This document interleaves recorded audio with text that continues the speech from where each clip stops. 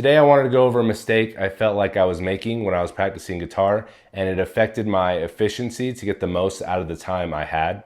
Now, I don't claim to be the most knowledgeable person on guitar, but just maybe some of the things I've gone through will help someone that was in a position that I used to be in, and that could help them out. Now, the mistake I'll be talking about is focusing on perfection. And when I talk about perfection, I'm not talking about slowing something down to play something perfectly, because I feel like that's important, that you should slow the song down or the scale or whatever you're doing to the speed that you can do it perfectly, and speed comes with time.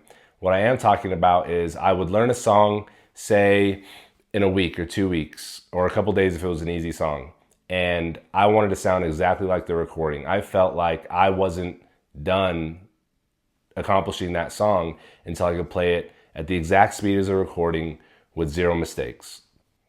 And I think the first thing you need to realize is that all these recordings on these CDs or Spotify or YouTube or whatever are heavily edited, and any mistakes they've made when recording are edited and fixed. Whenever it's played live, they may mess up a time or two. Nobody really always gets it perfect every time on every song live. And I understand that as beginners, we just want to sound exactly like the song. But sometimes the most important thing is just taking what that song has to teach you and moving on once you've learned it. Now, if you've already learned a song and you've already learned it at 90% speed with little to no mistakes, and you're spending another week or two grinding out the song so that way you can learn at 100% speed with little to no mistakes, you could be hurting your progress when you could have used that time, that other week or two, to learn another song or two at 85% speed, 90% speed. And each song has a core of skills to be learned from.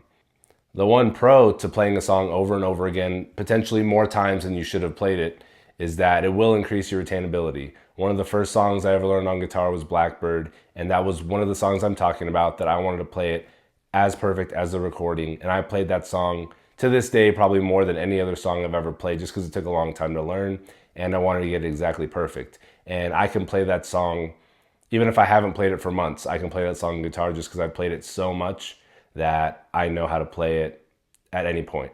Now, the opposite of what I'm talking about is true. If you're rehearsing for a gig or for a show or for a performance or something, then you want to play it over as many times as possible before you perform it, because like I said, it's going to work on retainability. You're going to be able to play it without even thinking, and the more you play it, the less mistakes you'll make overall. I just think that when you're just practicing a song and you're just learning it for the sake of learning how to play it and learning what's in it, whether that's bar chords you want to learn or hammer-ons or finger picking or whatever, once you've learned the song at 90 to 95% speed with little to no mistakes, I think it's time to move on to another song that has different things you can learn from it. So like I said, the benchmark I set in my practice now is around 90 to 95% speed with little to no mistakes. Obviously, I'll try to 100% speed, and especially if I can get that pretty good, then I'll move on to the next song.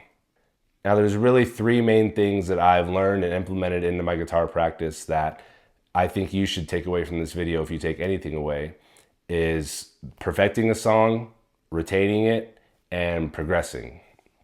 Now, kind of like I already hinted at, whatever your goal is, each one of those pillars will be weighted differently. If you're rehearsing for a gig, then retainability and perfection are going to be important, and progressing and becoming a student of the song is not as important. You really just want to know it so you can play it like the back of your hand. Now, if progression is the most important thing to you, then I think it's really important to know when it's time to move on. You could be wasting time just shaving seconds off of a song or making it a little bit quicker when you could have just moved on to something else that was either a new concept or something you used to build off of the last thing you were learning. So to round this video out, and not to beat a dead horse, different goals will require different use of these pillars that are retainability, perfection, and progress. And whatever you're trying to do, whether it's rehearsing for a gig or just learning a song, you'll need to decide what's most important to you. If you're just new at the guitar and you're just trying to learn as much as you can as quickly as possible, then I think learning when to move on from a song instead of trying to get it exactly perfect, exactly like the recording at the exact speed. As a beginner, that's kind of unrealistic to think that you'll be able to do that in a short amount of time. You'll be able to do it eventually. If you spent 6 months on Stairway to Heaven, including the solo, then yes, you would get it eventually. But I think that it's a better use of your time to move on once you've gotten the meat and potatoes of the song and you've had some fun with it and you know most all of it. It's a good time to pick a new song with a new set of challenges to go ahead and attack. Now, if you guys have made it to the end of the video, thank you so much for watching. I cannot thank you guys enough. Please like, comment, subscribe, and I hope to see you in the next one.